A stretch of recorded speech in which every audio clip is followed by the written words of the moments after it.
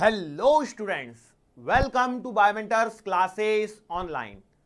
Today we are going to start with a new chapter and the name of the chapter is Work, Energy and Power. Class 11th के section में से काफी important chapter बेटा ये work, energy and power. देखो अब ये तो इस चैप्टर का हो गया नाम, ठीक है। अब मैं इसके अंदर में आपको और कुछ चीजें भी बताऊंगा कि जैसे हम लोग यहाँ पर ये तो मेन आपका चैप्टर है, ठीक है। अब इसमें आगे चल के हम लोग क्या करेंगे, देखो पहले तो ये वर्क, एनर्जी एंड पावर इतना जो सेक्शन है पहले उसको फिनिश किया जाएगा।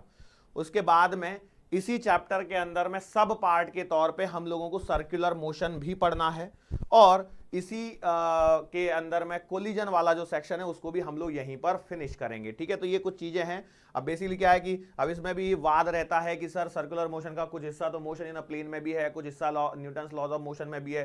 तो वो छोटे छोटे टुकड़े पढ़ने के बजाय मैंने सोचा कि पूरा का पूरा यहीं पे खत्म कर लेंगे, क्योंकि यहाँ पे कैसे आपको आइडिया आ जाएगा कि एनर्जी कंजर्वेशन नाम की कोई चीज एग्जिस्ट करती है वगैरह वगैरह। सो ज्यादा समय ना लेते हुए अब मैं आपके चैप्टर पे स्टार्ट करता हूं। तो देखो आपके चैप्टर में क्या तीन चीजें लिखी हुई है, वर्क लिखा है, एनर्जी लिखा है और पावर लिखा है, ठीक है। तो इसी सीक्वेंस में हम लोगों को आगे भी बढ़ना है। सो सबसे पहले हम लोग बात करते हैं वर्क की। सबसे पहले हम लोग किसकी बात करते हैं? वर्क की। ओके चलो भैया, वर्क क्या है? What do you mean by work? So हम लोग कहते हैं कि जब कोई ऑब्जेक्ट पर कोई एक फोर्स लगता है और ये फोर्स उस ऑब्जेक्ट को डिस्प्लेस कर दे, तो ऐसी कंडीशन में हम लोग बोलते हैं कि भैया यहां पर वर्क हुआ है, यहां पर वर्क हुआ है। बात समझ में आ रही है? एकदम बेसिक डेफिनेशन है। वर्क की डेफिनेशन क्या है कि भैया हमारे पास में हम लोग कहते हैं कि भैया वर्क हुआ है। इसका सिंपल सा मतलब है कि यहां पर हमारे पास में एक फोर्स है और फोर्स के बारे में न्यूटन्स लॉज ऑफ मोशन में पढ़ के आए। तो कौन सा फोर्स है, क्या फोर्स है, ये एक इंपॉर्टेंट पार्ट होता है जिसमें मैं आपको बताऊंगा जब जैसे आगे सवाल बढ़ेंगे। So work is only done when there exist a force and this force is present in the direction of displacement, or there is a component of the force which is present in the direction of displacement, then we say that there is a work done. बात समझ में आ रही है? सो हम लोग शुरुआत करते हैं कुछ डेफिनेशन के साथ में। सो डेफिनेशन आप लिखते चले जाइए। Work is done. अब देखो ये कोई ऐसा तो है नहीं हार्ड एंड फास्ट की डेफिनेशन पूछा जाएगा, लेकिन कैसे आपको भी अच्छा लगेगा कि कुछ तो लिखा है ऊपर में करके। Work is done only when a force or its component, force या तो आपके पास में पूरा का पूरा एक फोर्स हो या फिर उसका कोई एक कंपोनेंट हो, acting on an object, acting on an object. अब यहां पे थोड़ा सा ऐसा हो गया डेफिनेशन के चक्कर में। Work is done only when a force or its component acting on an object in the direction of. अब देखो इन द डायरेक्शन का, इन द डायरेक्शन की जगह हम लोगों को इसको अलोंग लिख लेना चाहिए ना, अलोंग द डायरेक्शन ऐसे लिख लेना चाहिए, along the direction of displacement of object. देखो मेन बात यह है कि आपको ये डेफिनेशन कोई पूछने वाला है नहीं, बस आपको अपनी समझदारी के लिए लिखनी है कि भैया देखो क्या हो रहा है कि हम लोग क्या कहते हैं कि जैसे मान के चलो आपके पास में कोई एक ब्लॉक है जो मैंने ऐसे हॉरिजॉन्टल सरफेस पे रखा है, ये स्मूथ है, फ्रिक्शन वाली है, रफ है, कैसी है, कोई मतलब नहीं, इसका मास कुछ तो भी m है। अब मैंने क्या किया कि भैया मैंने क्या बोला कि there is a force acting, तो मैंने मान के चलो एक ऐसे फोर्स ले लिया और इसका थीटा एंगल पे इस पे फोर्स लगा दिया, और इस फोर्स के कारण एक बात ध्यान रखिए यहां पर डिस्प्लेसमेंट आना चाहिए, ये बात जरूरी है। मतलब डिस्प्लेसमेंट आना चाहिए, इस ब्लॉक को क्या कर दिया, डिस्प्लेस कर दिया। अब यहां पर कई लोग बोलेंगे सर फोर्स तो थीटा एंगल पे है, सही बात है। तो यहां पर क्या हो रहा है, इसके दो यदि मैं कंपोनेंट निकालता हूं तो ये वाला कंपोनेंट आ रहा है F cos theta and it is in the direction along, it is in the direction of displacement of the block. इस ब्लॉक का जिस डायरेक्शन में डिस्प्लेसमेंट आप सोच रहे हैं उस डायरेक्शन में एक कंपोनेंट है, तो हम कहेंगे कि भैया यहां पर वर्क डन हो रहा है। बात समझ में आ रही है? अब हम लोग यदि यहां पर एक सिंपल सी बात करें कि भैया कहीं पर भी सिस्टम के अंदर में यदि वर्क डन की यदि बात होती है, so there must be, there are two conditions which must be followed, या फुलफिल ऐसे भी बोल सकते हैं, कंडीशंस टू बी फुलफिल्ड। पहली बात, there must be displacement of the body, there must be displacement of the body, मतलब जो भी बॉडी की आप बात कर रहे हो उसमें डिस्प्लेसमेंट आना ही चाहिए। और दूसरी बात यह है कि there must be a component of force in the direction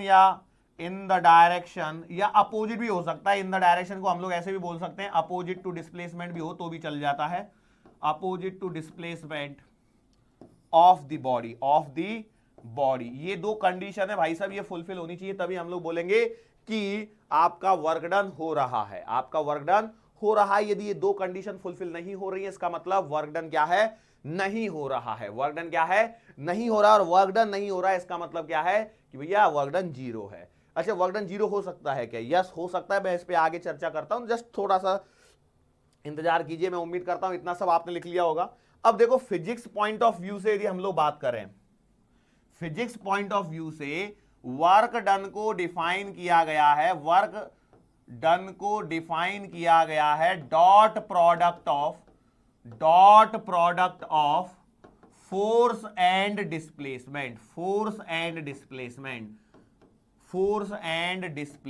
ध्यान रखना, मैंने क्या बोला है कि यहां पर जो वर्क डन होता है, वर्क डन को हम लोग क्या कहते हैं, dot product of force and displacement जब लिया जाता है तो उसे बोला जाता है वर्क डन। उसे क्या बोला जाता है, वर्क डन। देखो, फिजिक्स की भाषा पढ़नी है हम लोगों को अभी, तो फिजिक्स की भाषा में कुछ इस प्रकार से होगा। यदि मैं इसको लिखता हूं तो वर्क डन को यदि मैंने सिंबल दे दिया W, फोर्स को यदि मैंने सिंबल दे दिया F vector dot S vector, या फिर हो सकता है कई जगह पे आपको लिखा मिलेगा F vector dot D vector, जैसा भी हो, या F vector dot R vector, उससे कोई फर्क पड़ने वाला है क्या?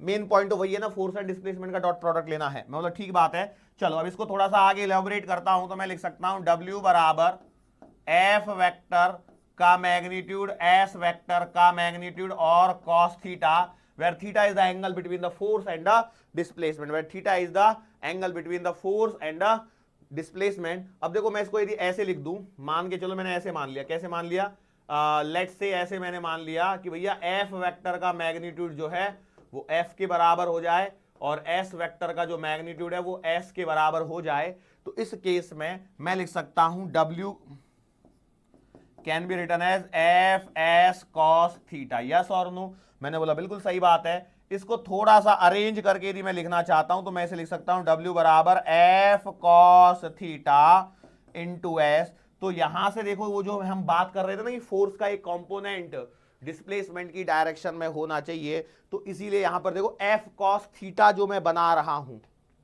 इसका मतलब समझिए क्या हो रहा है। इसका मतलब यह है कि जो आपका वर्क डन लिखा जा रहा है वो लिखा जा रहा है किस प्रकार से, एक तो ये वाला और एक ये वाला, दोनों का क्या है, मल्टीप्लिकेशन है। क्योंकि देखो, अब वेक्टर हट गए तो डॉट और क्रॉस की कोई संभावना नहीं बचती है।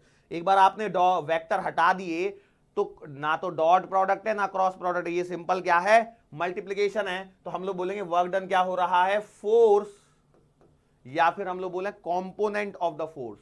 ठीक है, तो कॉम्पोनेंट ऑफ द फोर्स बोलो या फोर्स बोलो, कोई दिक्कत नहीं है। Force in the direction of displacement into displacement, मतलब जिस डायरेक्शन में डिस्प्लेसमेंट हो रहा है उस डायरेक्शन में आपका एक फोर्स होना चाहिए। तो बेसिकली वो फोर्स का कंपोनेंट भी हो सकता है, तो भी हम लोग वही बात करेंगे। क्या ये बात समझ में आ रही है? बिल्कुल समझ में आनी चाहिए। अच्छा, और क्या चीजें मैं इसके अंदर में डिस्कस कर सकता हूं, और मैं इसके अंदर में डिस्कस कर सकता हूं इसके यूनिट्स के बारे में। बोलो, वर्क डन की जो यूनिट होती है वो क्या होती है? तो आप देखेंगे कि भैया देखो, ये है फोर्स, मतलब आपने लिख दिया न्यूटन, और ये है डिस्प्लेसमेंट, मतलब आपने लिख दिया मीटर। क्या लिख दिया? Newton metre. तो भैया ये इसकी एक यूनिट हो गई जिसे हम लोग बोलेंगे जूल, जिसे हम लोग क्या बोलेंगे, जूल, जिसे कैपिटल जे से रिप्रेजेंट करेंगे। इसका मतलब ध्यान रखना, क्या ध्यान रखना, 1 जूल बराबर 1 न्यूटन मीटर होता है। क्या ये बात समझ में आ गई? 1 जूल बराबर 1 न्यूटन मीटर होता है। अब आप डायमेंशन चाहें तो डायमेंशंस भी लिख लीजिए कि भैया जो डायमेंशंस आएंगे, डायमेंशंस कितने निकाल सकते हो, ये काम आप खुद से कर लेना। फोर्स के निकाल लेना, m1 l1 t - 2 into l1 करोगे तो m1 l2 t - 2 लिख दूं क्या, m1 l2 t - 2। देख लो एक बार, मास इंटू एक्सेलरेशन, मास एक्सेलरेशन इनटू डिस्प्लेसमेंट। हाँ सही हो गया, ठीक है। अब मैं थोड़ी याद रखूंगा क्योंकि मुझे मालूम है मुझे चुटकियों में निकालने आता है। क्या ये बात समझ में आई? चलो अब हम लोग क्या करते हैं कि एग्जाम्पल की ओर बढ़ते हैं, ठीक है। ठीक है, सवाल है एक तरह से बेसिक सा सवाल है, एग्जाम्पल है, जैसा आप चाहो वैसे कर लो। जैसे मान चलो ये दीवार है, ठीक है, और इस दीवार को ये आदमी जो है वो धक्का मार रहा है, ठीक है। ये दीवार है, इस आदमी क्या कर रहा है, दीवार को धक्का मार रहा है। अब दीवार तो आदमी को धक्का मारेगी नहीं, पहले आदमी को ही हरकत करनी पड़ेगी। आदमी ने दीवार को धक्का मारा, ठीक है। तो बताओ यदि हम लोग फिजिकल सेंस में सोचें, हमारे व्यावहारिक उसमें सोचें, तो क्या वो थकेगा? यस वो थकेगा। थकेगा मतलब उसकी एनर्जी खर्च हो रही है, और यदि एनर्जी खर्च हो रही है मतलब वो कुछ तो भी काम कर ही रहा है।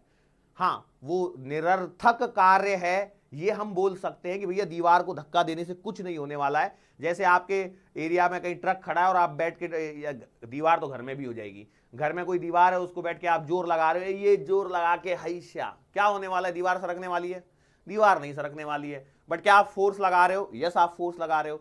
तो क्या आपका पसीना बह रहा है? हो रहा होगा, पसीना बह रहा होगा, नहीं भी बह सकता है, ऐसा कोई जरूरी नहीं है। बट किसी और की नजरों में, जो जिसने साइंस नहीं पढ़ी है उसकी नजरों में, तो आप कुछ ना कुछ तो कार्य कर रहे हो। हाँ उसकी नजरों में ये भी श्योर है कि जो कार्य आप कर रहे हो वो निरर्थक कार्य है, क्योंकि आप दीवार को कितना भी धक्का दे दीजिए, आप कोई सुपरमैन तो है नहीं कि दीवार गिर जाएगी, कि शक्तिमान है, वट एवर इट बी। तो आपकी दीवार गिरने वाली है नहीं, और दीवार गिरने वाली है नहीं तो कार्य जो है वो प्रैक्टिकल सेंस में, जो आम लोगों की सेंस में निरर्थक कार्य है। लेकिन हम लोग यहां पर फिजिक्स, अभी हम लोग फिजिक्स पढ़ रहे हैं, हम लोग थोड़ी कुछ ऐसा पढ़ने वाले, तो हम लोगों को फिजिक्स के हिसाब से सोचना चाहिए।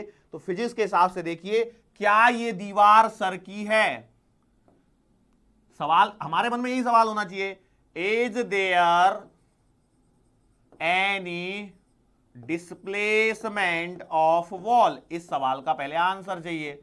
तो आप आंसर बोलोगे, आंसर क्या आएगा इसका? आंसर आएगा नो, डिस्प्लेसमेंट नहीं हुआ है। और डिस्प्लेसमेंट नहीं हुआ है तो मैं सिंपल सी बात बोलूंगा कि वर्क डन क्या है? जीरो है। वर्क डन क्या है? जीरो है, ठीक है। श्योर है? ओके। अब देखो एक और मैं बचपन का आपका एग्जाम्पल दिखाता हूं। एक जूनियर क्लासेस में भी आपको ये वर्क डन वाला चैप्टर है, एनसीईआरटी में शायद 9th क्लास में होगा। तो उसमें क्या बोला जाता है कि एक आदमी है, ठीक है, आदमी नहीं कुली बोलते हैं उसको, कुली को क्या बोलते हैं? छोटो जो भी है, कुली समझ में आता है ना, रेलवे स्टेशन पे होता है। हाँ तो उसके सर पर एक उसने सूटकेस रखी हुई है, ठीक है, ओके। अब ये इस सूटकेस को लेके जा रहा है, मूविंग। सवाल पूछा जाता है वर्क डन बाय कुली, सवाल पूछा जाता है वर्क डन बाय कुली। अब व्यावहारिक तौर पे देखेंगे तो आपको लगेगा कि हाँ भाई वो क्या कर रहा है, सूटकेस को लेके जा रहा है, मतलब कुछ तो भी वो काम कर रहा होगा। लेकिन आप देखिए सूटकेस को कैसे पकड़ेगा? अब सूटकेस को पकड़ेगा तो भैया ये ऐसे पकड़ेगा सूटकेस को, यस और नो? अरे ऐसे पकड़ के लेके जाता है कि नहीं लेके जाता है? यस ऐसे पकड़ के लेके जाता है। ओके चलो अब बताओ, अब सवाल वही है वर्क डन बाय कुली कितना आएगा? तो अभी भी अब उस समय आपकी इतनी समझ नहीं होती है और उस समय आपको आंसर याद होता है कि भैया आंसर आता है जीरो, और ये आपको याद होता है, ठीक है। सर जी अब तो हम बड़े हो गए, तो अब तो बता दो आप इसका आंसर जीरो क्यों आ रहा है? तो इसको थोड़ा सा आपको तसल्ली करने की जरूरत है। तो कई लोग बोलेंगे सर पहले वाले में तो आपने फटाफट से एक्सप्लेनेशन दे दिया, डिस्प्लेसमेंट नहीं हो रहा है। अब यहां तो हमें दिख रहा है कुली भी चल रहा है, कुली के ऊपर का रखा हुआ सूटकेस भी उसके ऊपर रखा है, मतलब वो भी चल रहा है, सूटकेस भी चल ही रहा है एक तरह से देखा जाए तो डिस्प्लेसमेंट भी है। अब तो ये भी नहीं कह सकते कि डिस्प्लेसमेंट नहीं है, नहीं तो हम मान लेते थे। अब तो डिस्प्लेसमेंट भी आपने दिखा दिया कि डिस्प्लेसमेंट हो रहा है, सूटकेस चल रही है, ओके। तो अब क्यों बोल रहे हो कि वर्क डन जीरो है? तो उसका कुछ रीजन होगा, ठीक है। तो उस रीजन पे हम लोग अभी आने ही वाले हैं, ठीक है, ओके। अब बेसिकली क्या होता है कि यदि हम लोग बात करें फिजिक्स के अंदर में, सो वर्क डन जो होता है वो वर्क डन होता है 3 टाइप का। Work done is of 3 types, ठीक है। वर्क डन कितने टाइप का है? 3 टाइप्स का है। सर कौन कौन से? पहला हो सकता है zero work done, zero work done. दूसरा होता है पॉजिटिव वर्क डन, और तीसरा होता है नेगेटिव वर्क डन। ठीक है, तीन तरह के वर्क डन, जीरो, पॉजिटिव और नेगेटिव कंसीडर किए जाते हैं। सर ये कैसे आपको पता लग रहा है, कुछ तो हमें भी हिंट दे दीजिए, अभी हम भी पढ़ ही रहे हैं आपसे। तो देखो ऐसा है भाई, W बराबर होता है एफ एस कॉस थीटा, बराबर है, बिल्कुल सही बात है, फोर्स इंटू डिस्प्लेसमेंट इंटू उनके बीच का एंगल का कोसाइन। अब यहां पर देखिए, यदि मेरे पास में क्या हो जाए कि इफ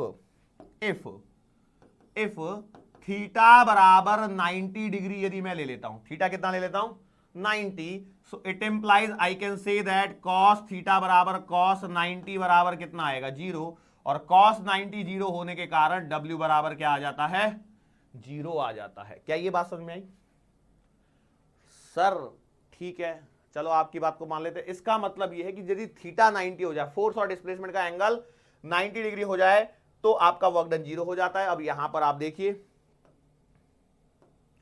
ये कुली सूटकेस को उठा रहा है, मतलब देखो ये फोर्स कुछ ऐसे लगा रहा होगा और सूटकेस आपकी इस डायरेक्शन में चल रही होगी, तो एंगल 90 डिग्री हो गया, तो आंसर वर्क डन का 0 एक्सेप्टेड। देखो सूटकेस को उठाने के लिए कुली ऐसे ऊपर की तरफ डायरेक्शन में फोर्स लगा रहा होगा और सूटकेस आपकी इस डायरेक्शन में चल रही है और ये परफेक्टली 90 डिग्री बनता है हमारा। सो आपका एफ वर्क डन क्या आ जाएगा आंसर 0। शायद अब इस उत्तर से सेटिस्फाई होंगे। हाँ, दूसरा होता है पॉजिटिव वर्क डन।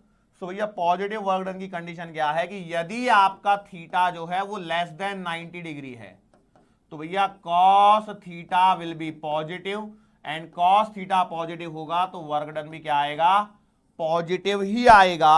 और नेक्स्ट कंडीशन जो बनती है वो बनती है कि भैया यदि आपका थीटा जो है वो ग्रेटर देन 90 डिग्री होगा, तो आपको मालूम है सेकेंड क्वाड्रेंट में कॉस थीटा नेगेटिव होता है, इसके कारण आपका वर्क डन भी नेगेटिव आएगा। ये तीन कंडीशन मैं उम्मीद करता हूं आप लोगों को समझ में आई होंगी। एकदम सिंपल सी कंडीशन है जो मैंने यहां पर आपको बताई है। ठीक है, अच्छा सर अब क्या हम लोगों को कुछ और बातें करनी चाहिए? तो अब देखो सिंपल सी बात यह है कि अब सीधा सीधा आप सवालों पे आ जाइए। अब देखो इसमें जो सवाल बनेंगे, देखो सिंपल सी बात है, वर्क डन में है क्या फोर्स, डिस्प्लेसमेंट और एंगल थीटा है। यदि आप इन चीजों को समझ पाए तो बस आपका काम होने लग जाएगा। सर जी जैसे फॉर एन एग्जाम्पल, देखो सिंपल सवाल लूं कि डायरेक्टली डिफिकल्ट ले लूं? एक काम करते हैं, डायरेक्टली डिफिकल्ट सवाल करते हैं। मतलब मैंने क्या किया, लेट्स से क्वेश्चन के लिए हमारे पास में एक 5 किलोग्राम का ब्लॉक है जिसे मैंने 100 न्यूटन का फोर्स लगा दिया।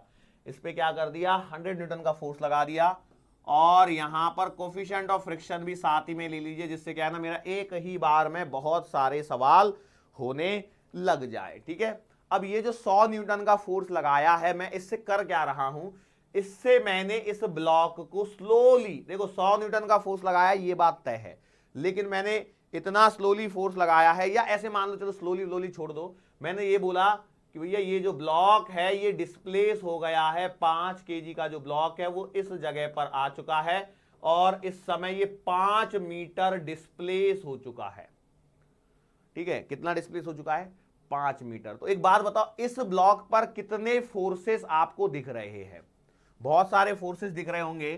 तो मैं यहां पर आपसे पूछ रहा हूं वर्क डन बाय, पहला एक्सटर्नल फोर्स, भाई एक्सटर्नल फोर्स है, दूसरा ग्रेविटी का एक फोर्स इस पे काम कर रहा है, तीसरा नॉर्मल रिएक्शन एक काम कर रही है, ठीक है, चौथा फ्रिक्शन का एक फोर्स काम कर रहा है, और पांचवा नेट फोर्स जो भी लग रहा होगा, क्योंकि डिस्प्लेसमेंट हुआ है मतलब there must be some net force also. So देखो एक सवाल में 5 सवाल मैंने आपसे पूछ लिए हैं। ठीक है, बोलो आप कैसे? सो भैया सिंपल सी बात है, पहला है work done by external force, तो भैया आप लिखोगे W बराबर एफ एस कॉस थीटा। अब देखिए आपका एक्सटर्नल फोर्स इस डायरेक्शन में, ब्लॉक जो डिस्प्लेस हुआ है वो भी इस डायरेक्शन में, मतलब थीटा कितना हो गया 0। थीटा कितना हो गया 0। इन चीजों को ध्यान रखते चलिए, पहला सवाल एकदम सिंपल करेंगे। तो W बराबर F S cos theta, F है आपका कितना 100 न्यूटन, डिस्प्लेसमेंट है 5 मीटर और ये एंगल 1 है, तो ये आ गया 500 जूल। बोलो पहला समझ में आया? इसमें तो मुझे नहीं लगता है कोई परेशानी होगी। सर ये तो बहुत ही आसान चैप्टर है। ओ यस आसान है, मैंने कब मना किया था। दूसरा है ग्रेविटी। बताओ ग्रेविटी का फोर्स आप कैसे डिफाइन करोगे? तो भैया ग्रेविटी का फोर्स का मतलब है भैया देखो इसका एक वेट आएगा W बराबर है, W बराबर होता है mg। तो ये वेट कितना आएगा, फटाफट से बोलो वेट कितना आएगा, 5 × 10 मान लीजिए अभी के लिए तो 50 बराबर है। तो ये आ गया ग्रेविटी का फोर्स। तो आप बोलोगे अब W बराबर जो आएगा F(s) cos थीटा, ये बात सही है। सो फोर्स कितना है ग्रेविटी का, ये है 50, डिस्प्लेसमेंट है आपका 5। अब जरा ध्यान से देखिए, ये है आपका वेट या फिर मैं बोलूं फोर्स ऑफ ग्रेविटी, Fg लिख देता हूं, ठीक है। सो बताओ अब यहां पर ध्यान से देखिए क्या हो रहा है, एंगल कितना आ रहा है, तो यहां पर बन रहा है cos 90। क्यों? ग्रेविटी नीचे है और डिस्प्लेसमेंट इधर है। सो ये कंडीशन कुछ ऐसे आ गई, ठीक है, या ऐसे, ऐसे नहीं, ऐसे बनानी पड़ेगी, ठीक है। देखिए ये ग्रेविटी नीचे हो गई और डिस्प्लेसमेंट इस डायरेक्शन में हो गया, तो आपका ये आंसर आएगा 0। सो इसलिए ध्यान रखना कि भैया वर्क डन कौन से फोर्स का है, ये बहुत इंपॉर्टेंट बात आपको लगने लग जाएगी थोड़ी देर में। नाउ नॉर्मल रिएक्शन, बोलो नॉर्मल रिएक्शन आपकी इस डायरेक्शन में लगेगी। नॉर्मल रिएक्शन यदि इस डायरेक्शन में लग रही है, डिस्प्लेसमेंट आपका इस डायरेक्शन में लग रहा है। सो मैंने इस पे कुछ लगाया नहीं ना सिंबल, देखो work done by external, work done by gravity, work done by normal बराबर, अब मैं Fs cos थीटा लिखूं क्या डायरेक्टली? कोई जरूरत नहीं। नॉर्मल आपका 50 ही है, डिस्प्लेसमेंट आपका 5 ही है। यदि आपको अच्छा नहीं लग रहा है तो आप पूरा लिखते चले जाइए। क्यों सर पूरा हम क्यों लिखे जब आप ही नहीं लिख रहे? भैया आपकी मर्जी है। इंटू क्या आएगा, इंटू क्या आएगा, इंटू क्या आएगा, cos 90। तो ये आंसर आएगा 0। आंसर कितना आएगा? 0। चलो अब बात करते हैं, अगले पे आ जाते हैं। यहां पे बोलो अगला कौन है यहाँ पे? फ्रिक्शन। बोलो फ्रिक्शन कितना लग रहा है? भैया देखो फ्रिक्शन की मैक्सिमम वैल्यू डिफाइन आएगी म्यू इंटू एन से, और म्यू दिया है 0.5 इंटू नॉर्मल रिएक्शन कितनी है 50, तो इसका आधा मतलब आ गया 25 न्यूटन। तो भैया देखो फ्रिक्शन का जो फोर्स है वो लग रहा है आपका इस डायरेक्शन में। तो आप लिखोगे वर्क डन बाई फ्रिक्शन बराबर फ्रिक्शन का फोर्स 25, डिस्प्लेसमेंट सब जगह 5 ही है, और इंटू कॉस 180। सर 180 कहां से आया?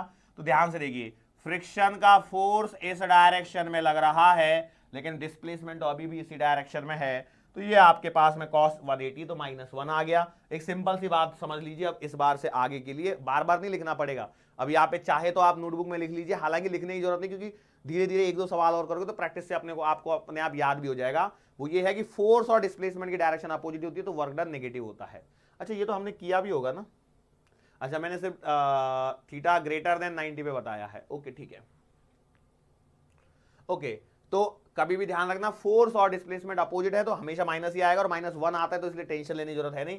तो ये आ गया माइनस का 50 जूल। कितना आ गया? माइनस का 50 जूल आ गया। अब कौन सा रह गया? बोलो अब कौन सा रह गया? Net force. तो नेट फोर्स ध्यान से देखिए, 5 kg वाले पर इधर में लग रहा है 100 न्यूटन, इधर में फ्रिक्शन लग रहा है कितना? 25 न्यूटन। तो नेट फोर्स जो बचेगा, नेट फोर्स जो बचेगा वो बचेगा 75 न्यूटन। ठीक है। ओके सो आप लिखोगे work done by net force 75 Newton, displacement 5 का। और यहां पर ध्यान से देखिए नेट फोर्स जो आएगा वो किस डायरेक्शन में आएगा? उसी डायरेक्शन में आएगा। तो आपको बस इनका मल्टीप्लाई करना है। cos 0 1 आएगा, 55 25 5 1 हासिल 375 जूल इज द आंसर। बोलो एक सवाल के अंदर में हमने कितने कर लिए? 5 सवाल कर लिए। यहां से आप एक इंपॉर्टेंट पैरामीटर नोट डाउन कर लीजिए। वो क्या है? So it is always important, it is always important to talk about work done by which force, work done by which force। ये हमेशा जरूरी है कि भैया कौन सा फोर्स का वर्क डन की चर्चा करवा रहे हो। ये जब तक आप नहीं बताओगे तब तक हमारा काम नहीं बनने वाला है, तब तक हमारा काम नहीं बनने वाला है। क्या ये बात बेसिक सा एग्जांपल समझ में आया? अब देखो, अब यहां से मैं आपको सिंपल सी बात बताता हूं। जितना हम लोगों ने न्यूटन्स लॉज ऑफ मोशन सीखा है, वहां से हम लोगों ने क्या सीखा है? फोर्स निकालना। काइनेमेटिक्स में हमने क्या सीखा है? डिस्प्लेसमेंट निकालना। मतलब यदि मैं इन दोनों चीजों को कंबाइन कर दूं तो क्या सारा वर्क डन निकालना इस चैप्टर के अंदर में आ जाएगा? इसका मतलब ये कि यहां से आगे आपके रिपीट टेलीकास्ट जैसी कुछ चीजें हो जाएंगी क्या? मतलब मैं चाहे जैसा सवाल बना सकता हूं।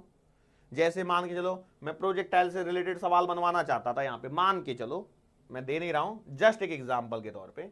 जैसे यहां पर है एक ऑब्जेक्ट है, मैंने इसका मास देना पड़ेगा। अभी मैंने वर्क मास दे दिया 1 kg, इसको मैंने 37 डिग्री के एंगल पे 20 मीटर पर सेकंड के रफ्तार से फेंक दिया। ठीक है, तो ये कुछ ऐसा जाके ऐसे गिरेगा, ये तो आपको मालूम है। अब मैंने बोला वर्क डन बाई ग्रेविटी बताओ, या work done by wait, work done by gravity, जो भी आपसे पूछूं क्या आप बता सकते हो? वैसे मैं बता दूं आंसर क्या आएगा? 0। भैया देखो, ये वर्क ग्रेविटी का फोर्स, ये डिस्प्लेसमेंट, एंगल 90 है। इतना दिमाग भी नहीं लगाना। यही तो होता है गड़बड़ी। क्या होता है, अचानक से सामने आ जाता है और हम लोग फैल जाते हैं। अच्छा, तो यहां से मेरे मन में एक बात आती है कि वर्क डन कैलकुलेट करने के लिए फॉर्मूला जो हम लोगों ने सीख लिया है, इसका कुछ और इधर उधर कर सकते हैं कि बस इतना ही है? तो मैं बोला यार कर तो सकते हैं थोड़ा बहुत। वो ये है कि हमारे पास में work done can be calculated, work done can be calculated in following three ways. Following three ways, कौन कौन से 3 तरह के वर्क डन हम लोग कैलकुलेट करने की बात कर रहे हैं, तो वो जरा समझते हैं। पहला होता है work done by constant force. यदि आपके पास में कोई एक कांस्टेंट फोर्स है, उसका वर्क डन की आप बात करो। दूसरा होता है work done by variable force. कोई आपके पास में एक वेरिएबल फोर्स है, उसके कारण आप वर्क डन की बात कर सकते हो। और तीसरा जो पॉइंट होता है वो होता है work done from area under force displacement curve. Force displacement curve, force displacement curve. ठीक है, ओके सर जी, ठीक है, समझ में आया ये पॉइंट। सर पर इसका आपने कुछ ये नहीं बताया कि कैसे कैसे क्या क्या चीजें पॉसिबल हैं, कैसे पॉसिबल है। भैया सिंपल सी बात है, एग्जांपल करते चले जाओ, आपको समझ में आते चले जाएगा। कैसे? पहला है कांस्टेंट फोर्स। पहला कौन सा है? Constant force. मैं बोला ठीक है, अब कैसे एग्जांपल बनाता हूं कांस्टेंट फोर्स का? एक ही एग्जांपल से समझ में आ जाएगा। हालांकि इसके चाहिए जितने एग्जांपल मैं बना सकता हूं, बाद में मैं आगे चल के वेरिएबल फोर्स का भी एक एग्जांपल ले सकता हूं।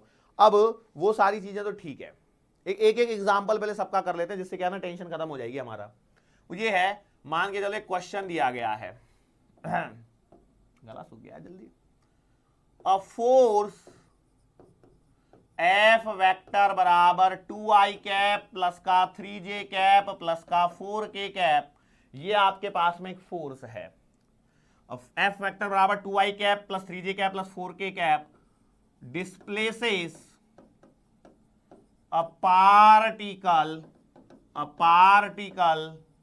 from point A, A बराबर 1, 2, -3 to B -2, 1, 2। ठीक है, फाइंड वर्क डन। ठीक है, बस इतना लिख के दे दिया। अब यहां पर बताइए, देखो अब यहां पर देखो इंपॉर्टेंट चीजें वो क्या है? सिर्फ वर्क डन लिख के छोड़ दिया मैंने बोला नहीं। तो क्या यहां से आपको अंडरस्टूड है कि ये इसी फोर्स के वर्क डन की बात कर रहा है? बोलो, क्या आपको ये अंडरस्टूड है कि भैया वो डेफिनेटली इसी फोर्स के वर्क डन की बात कर रहा है? बिल्कुल अंडरस्टूड है, क्योंकि यहां पे अकेला एकमात्र फोर्स दिख रहा है। क्या ये बात आपको समझ में आ रही है? बोलो, ये बात समझ में आई? अकेला फोर्स दिख रहा है तो इसी फोर्स के वर्क डन की बात चल रही होगी, डेफिनेट बात है, बिल्कुल सही बात है। तो बस कैलकुलेट करना है। अच्छा, तो आप बोलोगे W बराबर F vector dot displacement vector. अब डिस्प्लेसमेंट वेक्टर कहां से निकालें? तो भैया देखो, डिस्प्लेसमेंट वेक्टर क्या होता है, तो ये आपने पढ़ा है, डेल्टा आर वेक्टर बराबर होता है आर फाइनल वेक्टर माइनस का आर इनिशियल वेक्टर, बराबर है। तो आर इनिशियल और आर फाइनल कैसे लोगे? तो आर इनिशियल वेक्टर ध्यान से देखिए, आर इनिशियल वेक्टर मतलब ये सब वेक्टर वाला हिस्सा आ गया, तो आर इनिशियल वेक्टर मतलब कौन सा, इनिशियल पोजीशन। तो इनिशियल पोजीशन ये है, तो यहां से आप क्या आएगा, आई कैप प्लस का 2j कैप माइनस का 3k कैप, और आर फाइनल वेक्टर जो आएगा वो आएगा माइनस का 2i कैप प्लस का j कैप प्लस का 2k कैप, बराबर है। सो यहां से आपके पास में डेल्टा आर वेक्टर आएगा, इसमें से इसको सब्ट्रैक्ट करना होता है, आर फाइन, अच्छा ऊपर लिख दिया, कोई दिक्कत नहीं, फिर तो बोलो कितना आएगा, -2i और माइनस ऑफ आई, लिख के बताओ, क्या लिख देता हूं भैया, कई लोगों की सहूलियत हो जाएगी इसमें, बोलो minus I cap plus 2j cap minus का 3k कैप, ये बात समझ में आ गई, बोलो फटाफट से, डिस्प्लेसमेंट निकालो फटाफट से, इसमें से इसको सब्ट्रैक्ट करोगे तो आपको मिलेगा डेल्टा आर वेक्टर बराबर -2i माइनस आई माइनस का 3i plus j minus 2j minus का j 2k minus minus plus 3, तो कितना हो, 3 दूना का आएगा, प्लस होगा ना, प्लस का 5k कैप, क्लियर हुआ, ओके।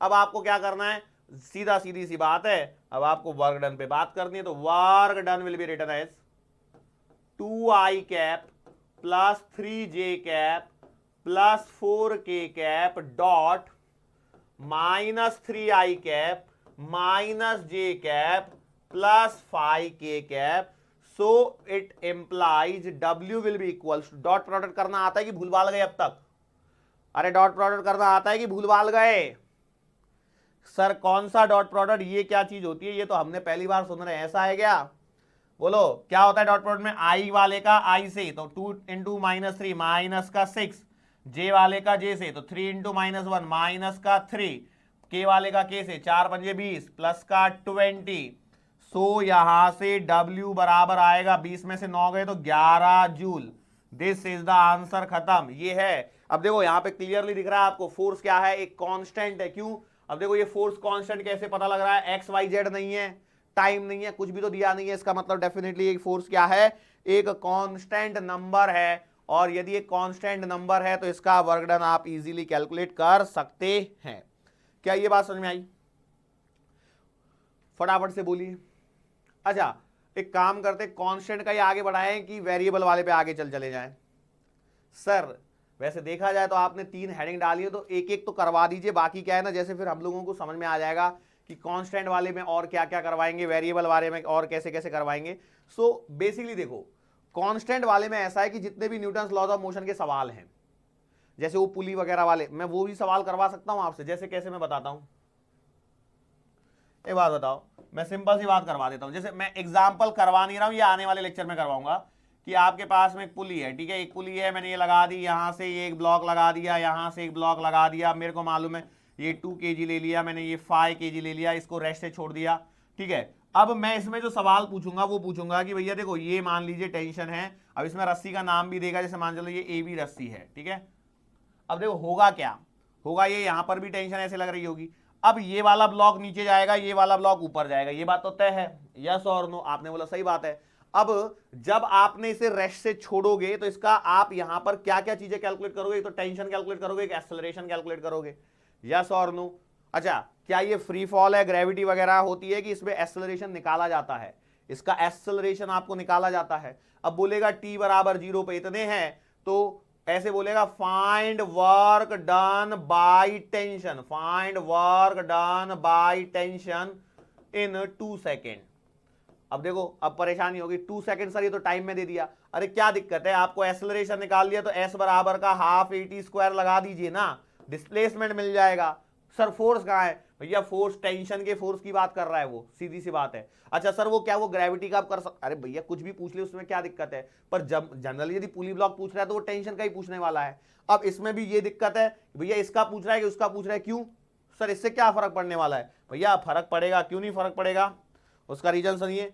देखो इसमें क्या है, टेंशन ऊपर है और डिस्प्लेसमेंट इसका नीचे है, इसमें क्या है टेंशन ऊपर है और इसका डिस्प्लेसमेंट भी ऊपर है, तो इसमें वर्क डन पॉजिटिव आएगा और इसमें वर्क डन नेगेटिव आएगा।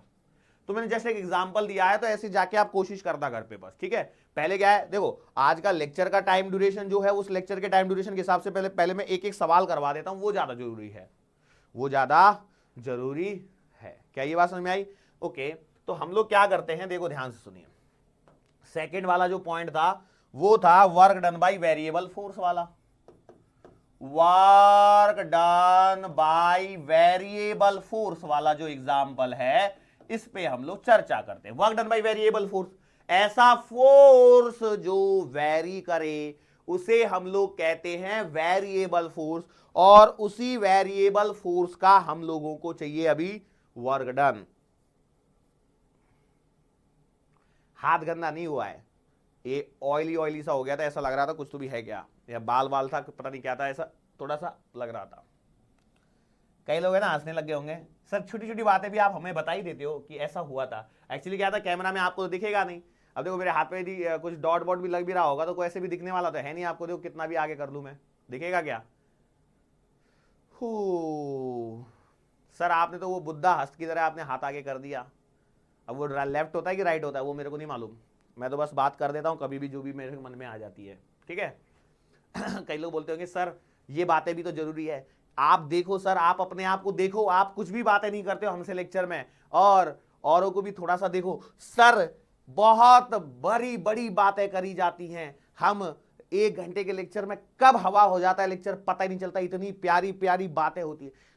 प्यारी बातें करना अलग बात है बेटा, और पढ़ना अलग बात है। हमारा मेन फोकस है पढ़ना है, ठीक है। प्यारी प्यारी बातें करने के लिए जब आप फेलिसिटेशन सेरेमनी में आओगे तब बहुत प्यारी प्यारी बातें करेंगे, डरने की बिल्कुल जरूरत नहीं है।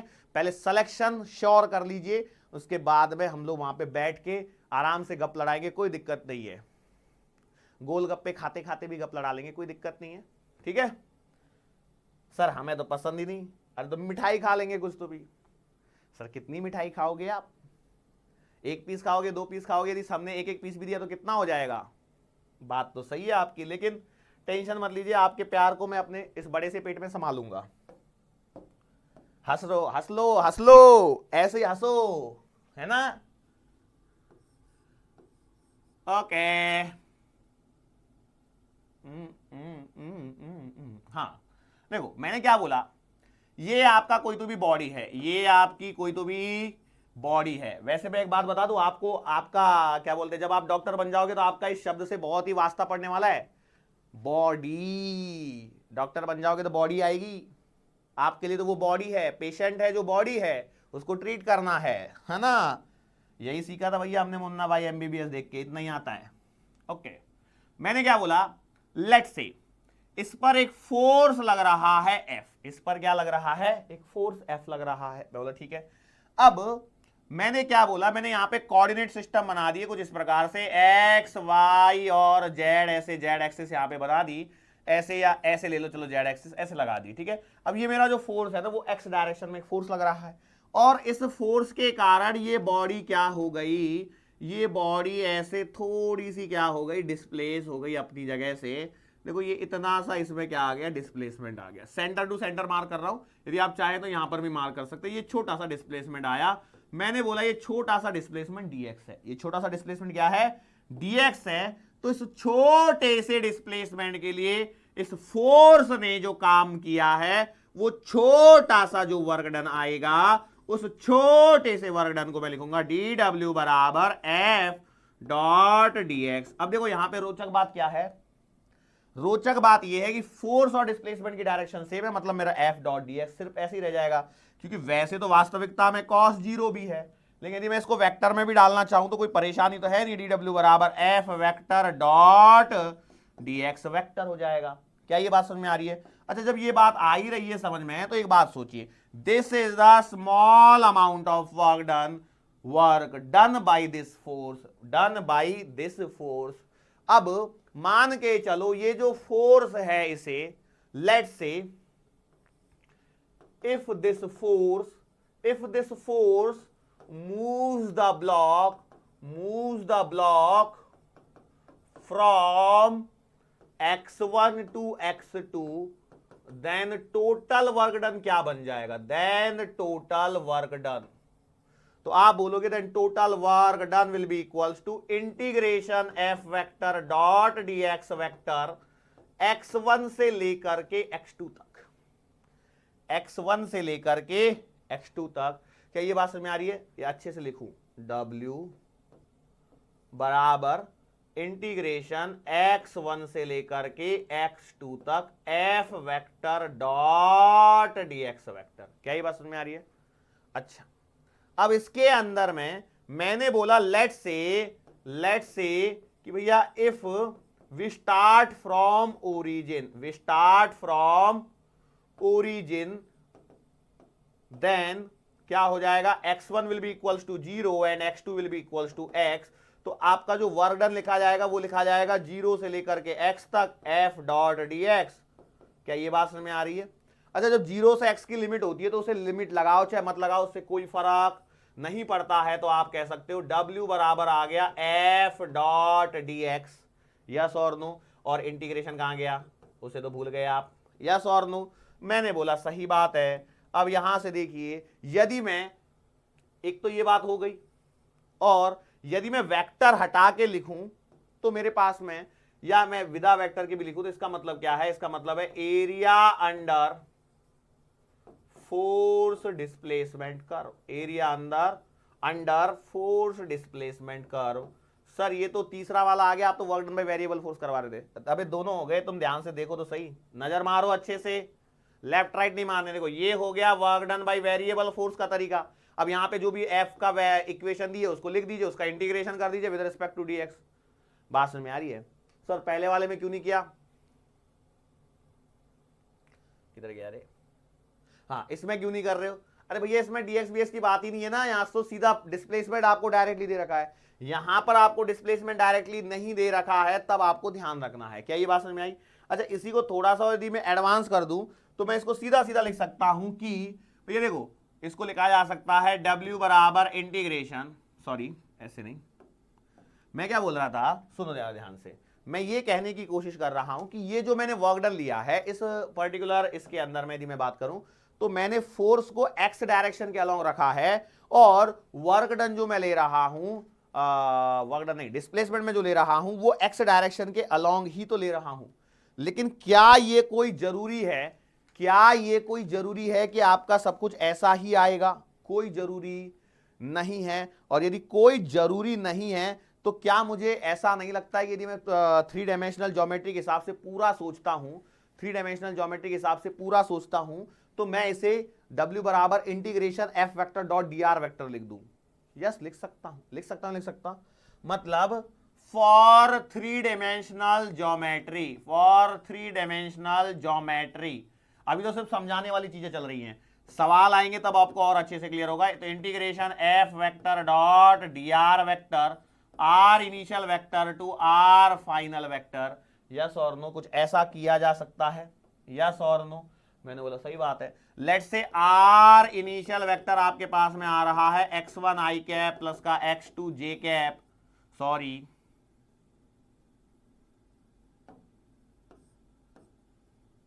बार बार सा सॉरी बोल देते हो आप तो, y1 j cap plus z1 k cap, और R2 वेक्टर आ रहा है लेट से x2 i कैप प्लस का y2 j कैप और प्लस का z2 k कैप। देखो आज की जो लेक्चर है उसमें बहुत सारी चीजें आपको थोड़ा सा ध्यान रखना है, आज मेहनत ज्यादा करनी होती है, हमेशा पहले लेक्चर में क्या है ना, मेहनत ज्यादा करनी होती है, क्योंकि अभी देखो अभी मैं इस पर सवाल नहीं करवा पा रहा हूं। क्यों? सवालों के लिए पहले मेरे को कांस्टेंट फोर्स के बहुत सारे सवाल करवाने पड़ेंगे, लेकिन क्या पहले ये फॉर्मूले तो कवर हो जाए, क्योंकि देखो मैंने हेडिंग डाली है। अब यदि मैं इसी हेडिंग पे सिर्फ रहता कि work done by constant force के सारे एग्जांपल करवाते बैठा, सो आपका टॉपिक ज्यादा कवर नहीं हो पाता था। हालांकि अब देखो आने वाले लेक्चर में सिर्फ हम लोगों को न्यूमेरिकल ही करने हैं, ठीक है? सो कोई डरने वाली बात नहीं है।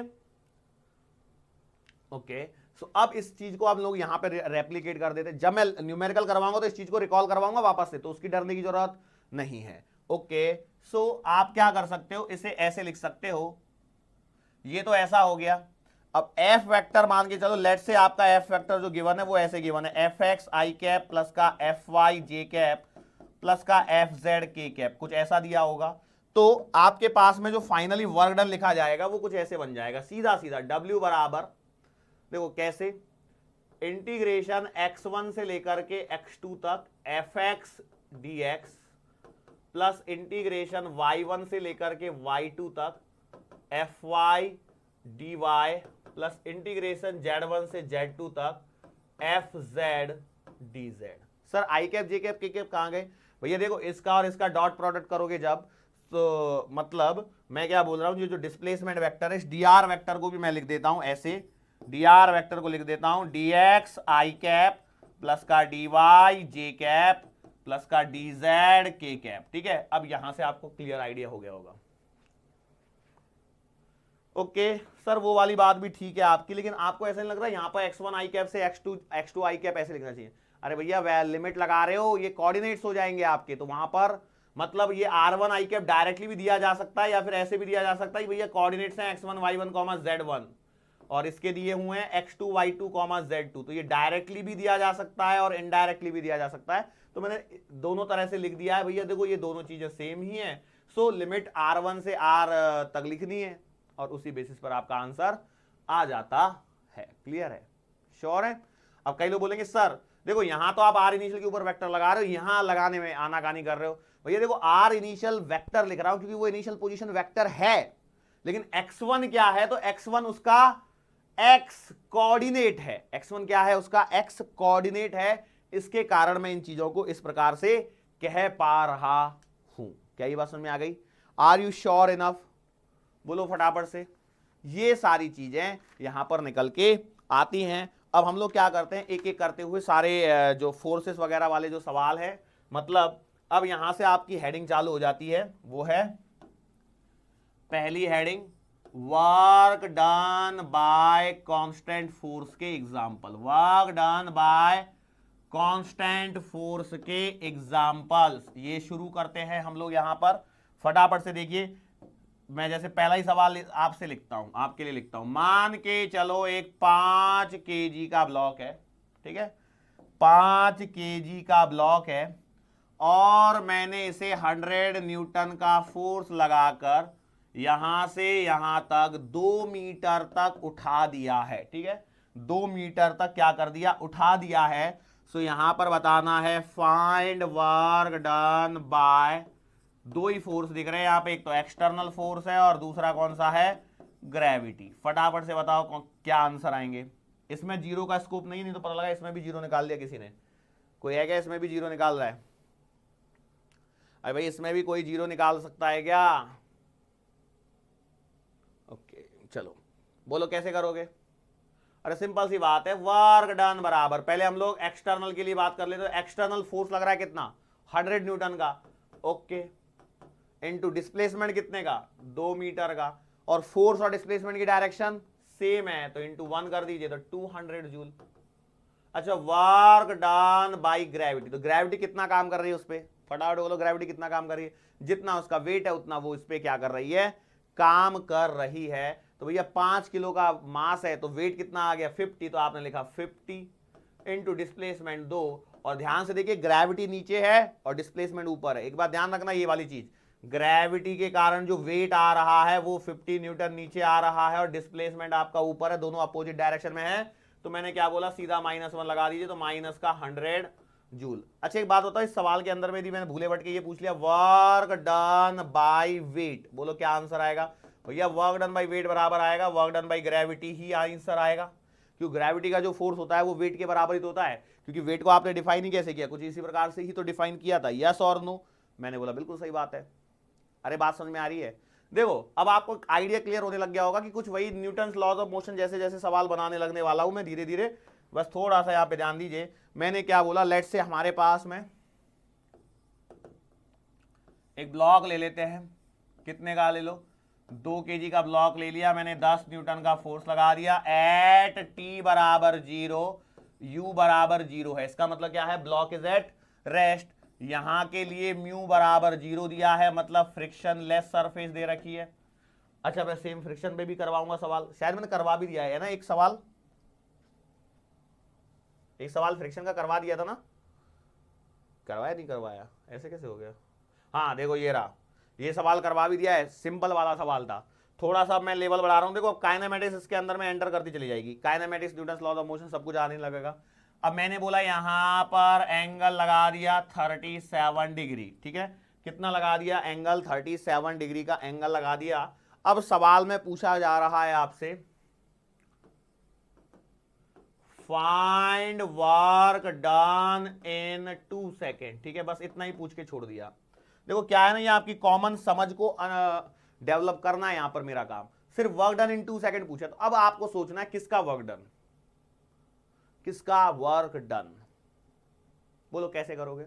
देखो t बराबर 0 पर वो रेस्ट पर है, ये बात तो तय है, बोलो सही बात है। यदि मैं यहां पर ध्यान से देखता हूं तो ये इसका वेट आ गया 20, ऊपर नॉर्मल रिएक्शन आ गई, नॉर्मल रिएक्शन का वर्क डन 0, नीचे 20 वेट आ रहा है, मतलब वर्क डन बाई ग्रेविटी भी 0। ओके, अब जरा ध्यान से देखिए, इसके दो कंपोनेंट आएंगे कि ये वाला और एक ये वाला, ये आएगा 10 cos 37, मतलब आ गया 8 न्यूटन, और ये आएगा 10 sin 37, मतलब आएगा कितना 6 न्यूटन। क्या ये बात सही है।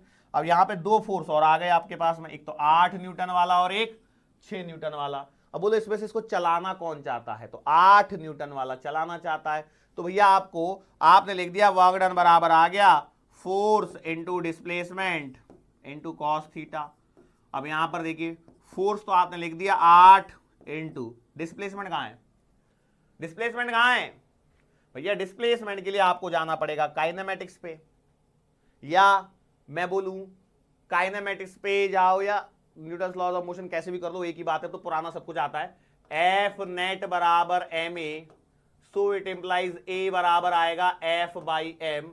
सो एफ है 8 न्यूटन का फोर्स है, 2 केजी का ब्लॉक है, तो बोलो एक्सेलरेशन कितना आएगा, 4 मीटर पर सेकेंड स्क्वायर का एक्सेलरेशन आ गया। तो एक्सेलरेशन मिला सर जी, डिस्प्लेसमेंट कहां मिला। अब एक्सेलरेशन मिल गया तो काइनेमेटिक्स पे आ जाओ ना, एस बराबर यूटी प्लस का हाफ एटी स्क्वायर। क्यों सिखाया गया है आपको,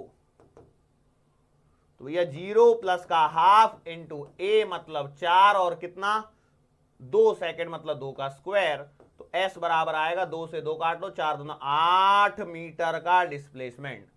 सो डिस्प्लेसमेंट आपको मिल गया 8। अब क्या रह गया कॉस थीटा। तो अब आप देखिए 8 न्यूटन का जो फोर्स है वो डिस्प्लेसमेंट की डायरेक्शन में ही है, मतलब आपने लिख दिया कॉस 0। सो भैया आंसर आएगा 64 जूल।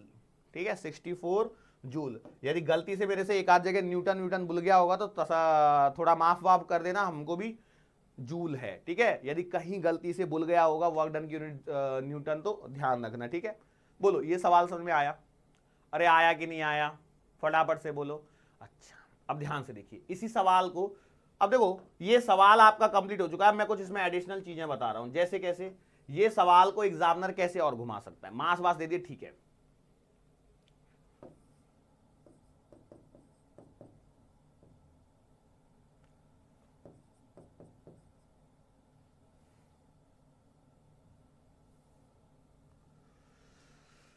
सवाल देखो वही सवाल है, मास वास दे दिया, ठीक है, मास नहीं दिया, सॉरी मास नहीं दिया, इस बात को ध्यान दीजिए। मैंने क्या बोला, यहाँ पे एम के जी कर देता हूं, ये सवाल बना देता हूं। यहाँ पे देखो सवाल, इसी सवाल को मैं बनाना चाहता हूं एम के जी। एम है, ये कितना है, एम है, यहां पर 10 न्यूटन का फोर्स लगाया है 37 डिग्री के एंगल पर। ठीक है, अब सवाल सुनिए, सॉरी टी बराबर 0, यू बराबर 0 और म्यू बराबर 0, ये सारी कहानी वैसी है एज इट इज। ठीक है, find work done by force, find work done by force when block achieves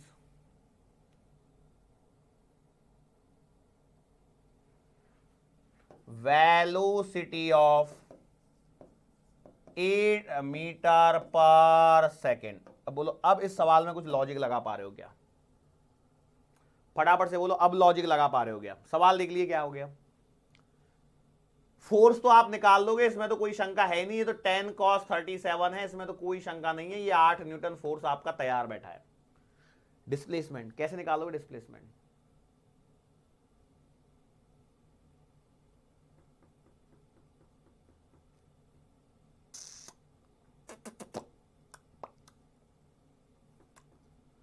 displacement में अटका दिया गया यार मैंने सवाल को, थोड़ा सा एक चीज कुछ तो भी कम कर दी मैंने इसमें, क्योंकि यदि मैं मास दे देता हूं, ओके मास देना ही पड़ेगा बेटा, बिना मास के नहीं होगा सवाल, बिना मास के नहीं होगा, क्योंकि एक्सेलरेशन कहां से निकालोगे।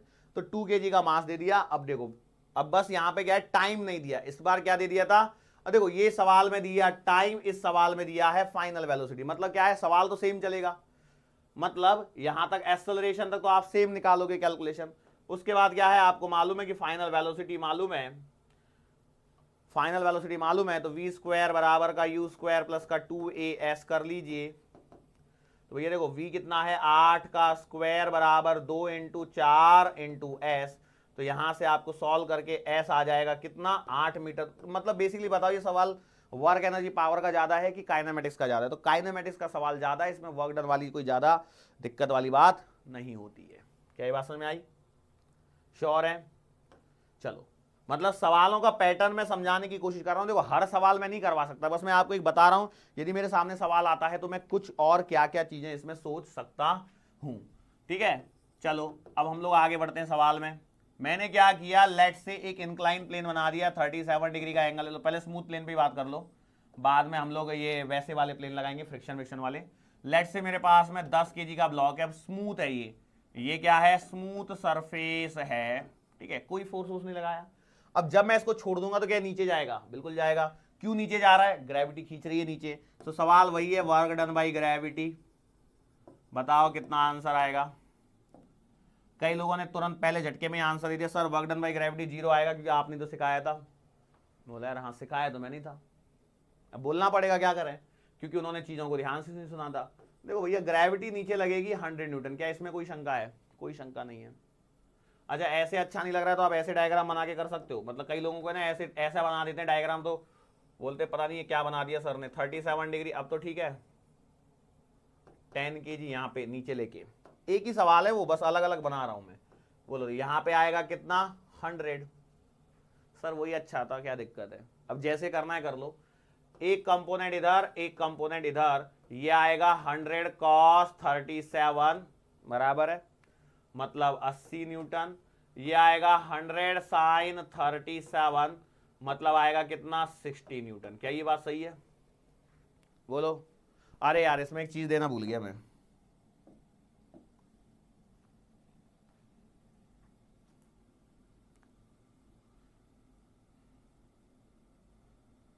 ये है 4 मीटर का है, या फिर ये मत लो, अब बोला गया है ये 3 मीटर की हाइट पे रखा हुआ है। ठीक है, 3 मीटर की हाइट वाला है, ठीक है, और इस पे रखा हुआ है। बोलो, करो सवाल को फटाफट से करो, क्या होगा? कैसे करेंगे सर जी? देखो यहां तक की बात समझ में आ गई, बिल्कुल सही है। अब देखो यहां पर यदि आप देखोगे तो ये नॉर्मल रिएक्शन आएगा, तो नॉर्मल रिएक्शन का वर्क डन 0 आएगा। क्यों नहीं 0 आएगा? तो उसका रीजन ये, देखो ये नॉर्मल रिएक्शन है, देखो डिस्प्लेसमेंट जो है वो इस डायरेक्शन में है। ठीक है, यहां पर, और यहां देखोगे तो डिस्प्लेसमेंट इस डायरेक्शन में, तो एंगल 90 नहीं है डिस्प्लेसमेंट और इसमें ग्रेविटी के फोर्स में। क्यों? ग्रेविटी पूरी तो ऐसे है, लेकिन ग्रेविटी का ये जो कंपोनेंट है 100 sin 37, that is in the direction of displacement. यही मैं तो आपको शुरुआत में भी बताया था, तो उसी चीज को फोकस करिए तो बस आपका काम हो गया। फोर्स कितना लग रहा है? तो देखो आपने लिखा W बराबर एफ एस कॉस थीटा बराबर है। अब यहां पर मैंने क्या ले लिया, F cos theta into S कर लिया directly, F cos theta. Sir ये कैसे हुआ? आप समझाइए, हमें समझ में नहीं आया। देखो बेसिकली क्या है, आप इसको पूरे को रट रहे हो, ये बात सही है, बोला ठीक है। मैं क्या बोल रहा हूं, इसको ध्यान से क्या देखिए कि आपका यदि फोर्स और डिस्प्लेसमेंट की डायरेक्शन सेम होती तो इसको करने की जरूरत नहीं है, आप सीधा सीधा W बराबर एफ इंटू एस भी तो ले सकते हैं। अरे भाई थीटा 0 हो जाए, मतलब देखिए ये वाला फोर्स की डायरेक्शन ऐसे है और डिस्प्लेसमेंट भी इसी डायरेक्शन में, मतलब एंगल 0 है। ऐसे मत सोचिए, नहीं तो पता लगा कि आपने एफ कॉस थीटा 37 लिख दिया, गलत हो जाएगा। क्या बात समझ में आई? ओके, तो आपने लिखा W बराबर एफ कितना है, तो 60 न्यूटन का फोर्स हो गया, और डिस्प्लेसमेंट कितना है, डिस्प्लेसमेंट कैसे निकालोगे, तो इसके लिए ट्राइंगल दिया हुआ है, इसीलिए वो ट्राइंगल दिया है बेटा। ये 3 है, ये 37 डिग्री है, तो आप लिखोगे tan 37 बराबर 3/x। अब x कितना आना चाहिए, सिंपल सी बात है, ये 4 मीटर आएगा। यदि ये 4 मीटर है, ये 3 मीटर है, इसका मतलब ये कितना आना चाहिए, ये कंपलसरी 5 मीटर आएगा।